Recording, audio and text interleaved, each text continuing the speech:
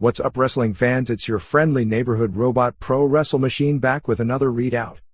A subscriber asked about the death of Misawa, so I've gathered some information. This is from the June 16, 2009 Figure 4 Weekly. Misawa's life and death. Perhaps the greatest wrestler of all time has died. Sometimes when a wrestler passes away, people look back fondly on their career and remember them as being perhaps bigger than they actually were. When the day comes, for example, that Ric Flair dies, people will be writing the same thing, and you will find people who will state the same about Shawn Michaels and Bret Hart and Kenta Kobashi and others. Many said it about Lou Thesz. The difference here is that if you look at Mitsuharu Misawa's stats, it's tough to argue otherwise. He wrestled 24 five-star matches between 1985 and 2003.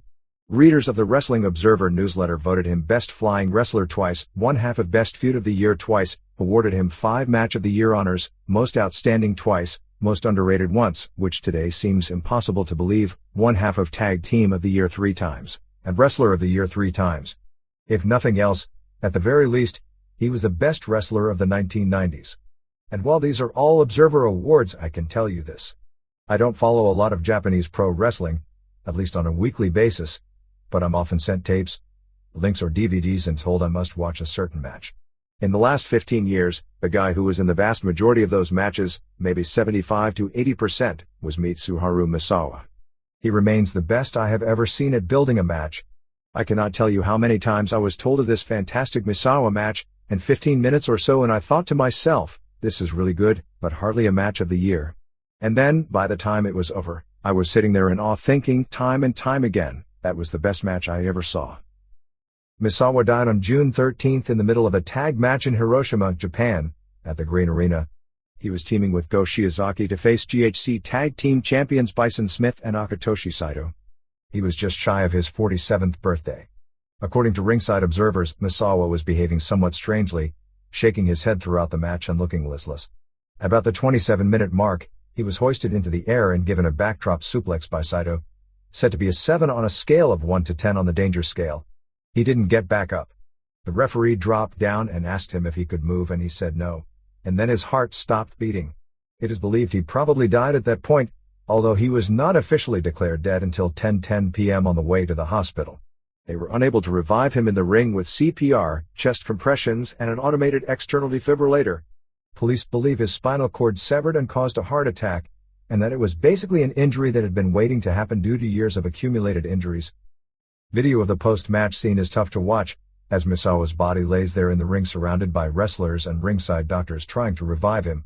The 2,000-plus fans in the building, many of whom are crying, alternate between periods of hushed silence and chants of Misawa.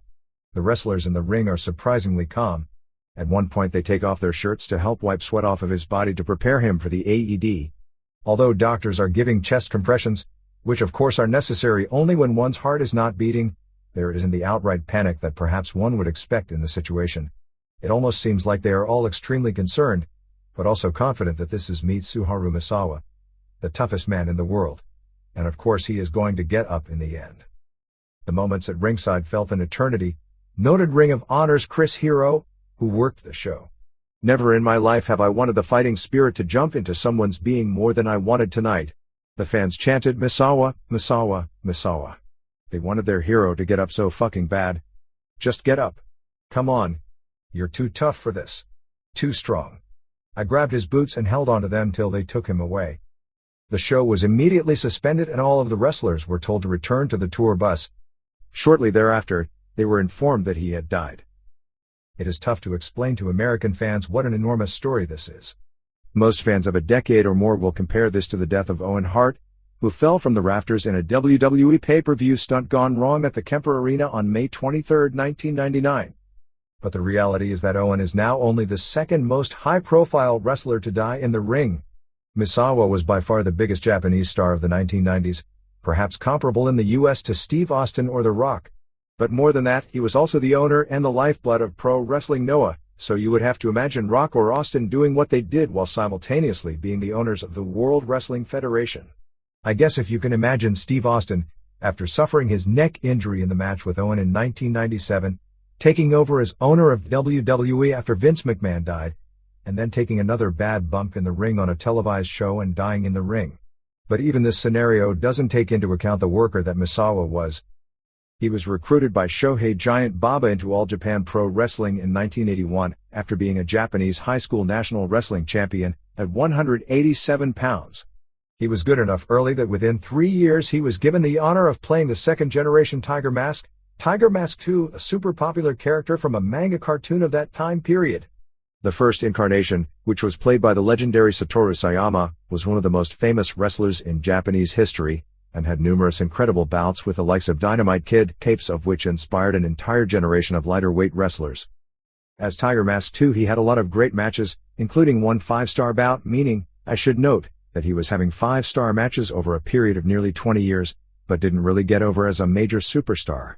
The unmasking took place on May 14, 1990, during a match in which he teamed with Toshiaki Kawada to face Samson, Hiromichi, Fuyuki and Yoshiaki Yatsu.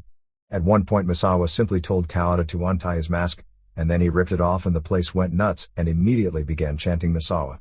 In hindsight, it was one of the most important unmaskings in the history of wrestling, because it led immediately to him becoming a megastar following a series of incredible matches with Jumbo Tsuruta. In particular, his June 8, 1990 victory over Tsuruta was a symbolic passing of the torch to a new generation of superstars, and changed the company forever. At the time, a new group called SWS had raided a number of stars from both New Japan and All Japan, and Baba was pretty much forced to create a new superstar. The combination of Misawa's unmasking and win over Tenryu in a 1-month period accomplished that so successfully that it has to be remembered as one of the greatest examples of superstar creation in Japanese history. Misawa's tag matches with the likes of Kobashi and Kawada were among the best matches not only of the 90s, but of all time. His full list of 5-star matches during the 90s alone were versus Jumbo on June 8, 1990, with Kawada and Kobashi versus Tsuruta and Akira Tao and Masanobu Fuchi on October 19, 1990, a rematch on April 20, 1991, a rematch on May 22, 1992, with Kobashi and Jun Akiyama versus Kawada and Tao and Yoshinari Ogawa on July 2, 1993, with Kobashi versus Tao and Kawada on December 3, 1993, with Kobashi and Baba versus Fuchi and Kawada and Tao on February 13, 1994, with Kobashi versus Tao and Kawada on May 21, 1994, versus Kawada on June 3, 1994, with Kobashi versus Tao and Kawada on January 21, 1995. With Kobashi versus Steve Williams and Johnny Ace, John Laurinaitis, on March 4, 1995, versus Tao on April 15, 1995. With Kobashi versus Tao and Kawada on June 9, 1995. More than a few have called this the greatest pro wrestling match of all time. With Kobashi and Satoru Asako versus Kawada and Tao and Tamon Honda on June 30, 1995. With Akiyama versus Kawada and Tao on May 23, 1996. With Akiyama versus Williams and Ace on June 7, 1996. With Akiyama versus Kawada and Tao on December 6, 1996. Versus Kawada on June 6, 1997. With Akiyama versus Kawada and Tao on December 5, 1997. Versus Kobashi on October 31, 1998. Versus Kobashi on June 11, 1999. And with Ogawa versus Kobashi and Akiyama on October 23, 1999. He also had one final 5-star match with Kobashi on March 1, 2003. Realistically, his 5-year feud with Kobashi from 1998 through 2003 may have been the greatest in-ring feud of all time, with 3 singles and 1 tag team 5-star match on big shows during the period. But there is the tragic side. One of the hallmarks of all of those great matches was the spot where each guy would be dropped on their head numerous times. Some of them looked more dangerous than they actually were, with the guys tucking their heads safely. But many of them clearly caused irreparable harm. I always remember talking to people while watching these matches and they would ask, how do those guys land on their heads like that? And you knew the only answer was, well, they're really landing on their heads like that. It got worse during the late 90s as Kobashi and Misawa pretty much had one mega match a year, and each year's match built off the previous year's, meaning it was constantly a game of can you top last year? Somehow, they always did. But they paid the price. Misawa of late was in horrible physical shape. He gained a ton of weight, almost certainly because his knees were completely shut and he couldn't get out there and run every day, or really do any form of cardio outside of matches in the ring. His shoulders and neck were shot. Unlike in the US nowadays when you can take a guy like Batista and pretty much rattle off all of his major injuries, the mindset is very different in Japan, and Misawa was probably walking around with severe injuries nobody ever knew about. God knows what, if any, painkillers he was taking.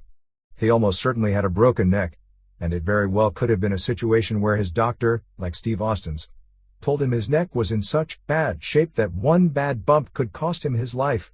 Unlike Austin, who retired in his late 30s and has no desire to ever come back, Misawa continued to roll the dice in the ring. He'd only wrestled a few minutes in each of the matches on this latest tour, relying on partner Shiozaki to do most of the work. Baba died on January 31, 1999, of cancer.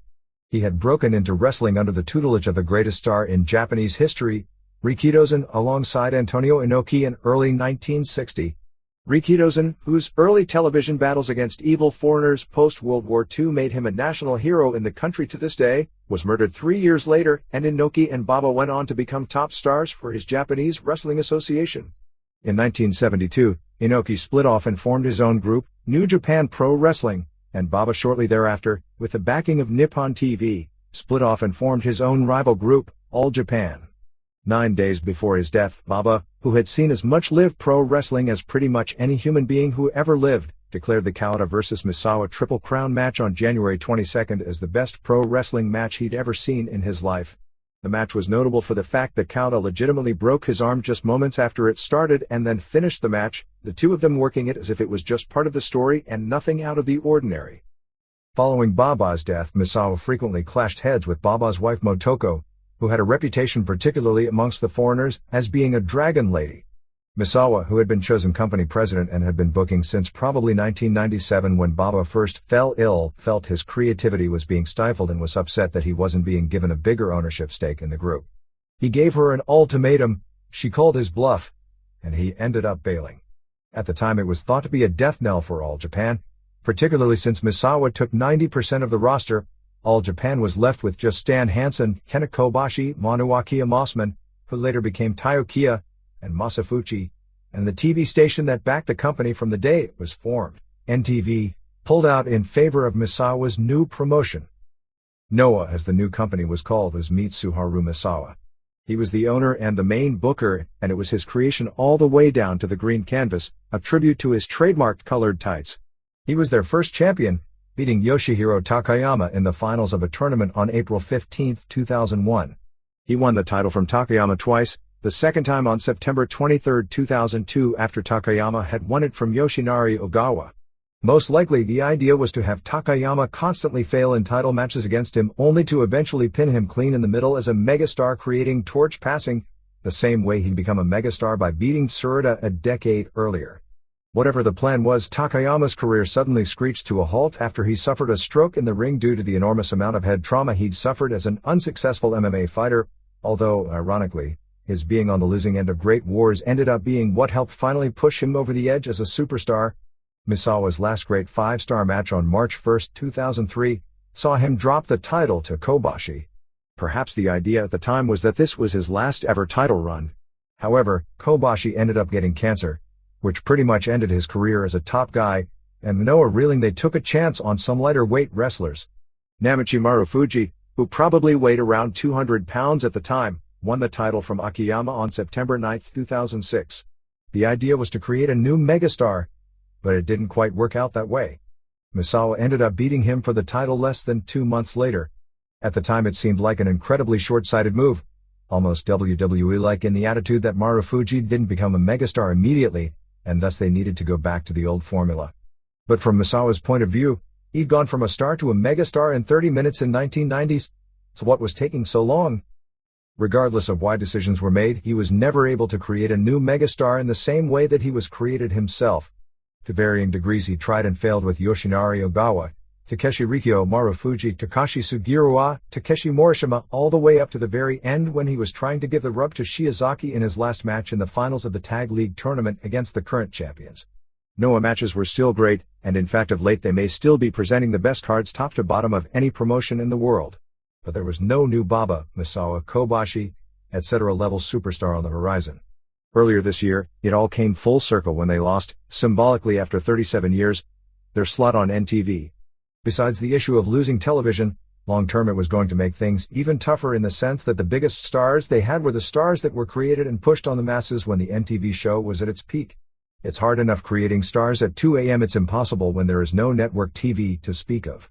They still had a show airing on cable TV, but according to one source in Japan, the rights fees for network TV could run as high as 200 million yen annually, and the rights fees for cable TV were zero. Misawa had been scrambling to try to raise money in the wake of losing NTV, and that stress also likely played a part in his physical deterioration.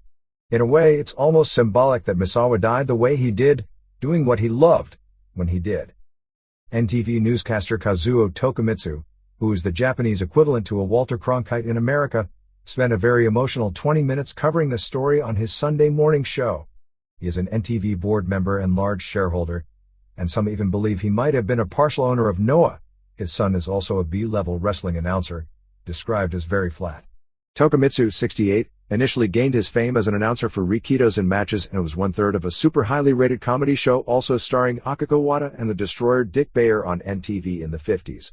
He was also the lead announcer for All Japan from its debut in the 70s through the early 90s. He was the one guy who stood up for pro wrestling when NTV was threatening to drop them off the station, but he lost the battle. He talked about Misawa's life and career and asked fans to please continue supporting the company.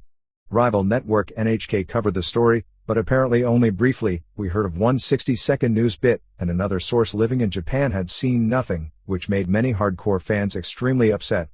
It was the top story Sunday on Yahoo Japan and Google Japan. And amazingly, it even made the front page of the ESPN.com website.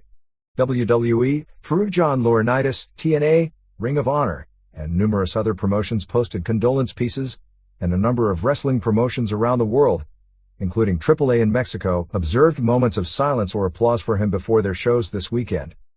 In a surreal coincidence, he died the same day the movie The Wrestler opened in Japan. The film, which concludes with Mickey Rourke's character Randy the Ram apparently dying in the ring, was heavily advertised on the Noah cable show. Also ironic is the fact that Misawa may be the only wrestler I have ever heard of who did a spot after particularly intense matches where he would roll out of the ring and have the doctor in attendance administer chest compressions to add more drama to the situation. At press time, in a move many US fans will probably find shocking, we were told Samurai TV will be airing the entire Hiroshima event on Wednesday, June 17th at 11 p.m. JST, including Misawa's final match and the aftermath. There is a great deal of speculation as to what the future of the company holds. They ran a show the next day which did huge walk-up business, and all future events are apparently still on as scheduled with no major announcements having been made. It should be noted that when Baba died and Misawa made his move, many people thought All Japan was finished for sure. They still survived nearly a decade later, although some would classify that as a miracle. They did not, however, have the major financial problems that Noah is currently facing. With his death, the two biggest Japanese headliners of the 90s are gone. Most of Misawa's greatest matches took place at Nippon Budokan, basically the Japanese equivalent to Madison Square Garden. Misawa headlined more successful Budokan shows than anyone else in history, and on the New Japan side, Shinya Hashimoto headlined 9 different successful Tokyo Dome events. Hashimoto died on July 11, 2005, of a brain aneurysm, just shy of his 40th birthday. His death is even more tragic when you consider an interview done Monday by Ryu Nakata, the ring announcer and office manager for Noah. He told the press that just 4 days before he died, Misawa was talking backstage with his wife Mayumi about how he planned on retiring by the end of the year to go into a business in another field. He acknowledged that his body was broken down and that it was time for him to step away, and that there were discussions about starting a Misawa Sayonara tour to say goodbye. Nakata said that Misawa was never one to go anything but all out, and even all out these days wasn't much, and that he should have retired 2 years earlier, but he kept going because both Kobashi and Jun Akiyama, considered the number 3 star in the promotion internally, were battling their own chronic health problems. Misawa was an intensely private person, and there were friends of his who knew him for years that never even knew he had a wife and children. His family didn't want his cause of death to get out and are planning a private funeral for later this week.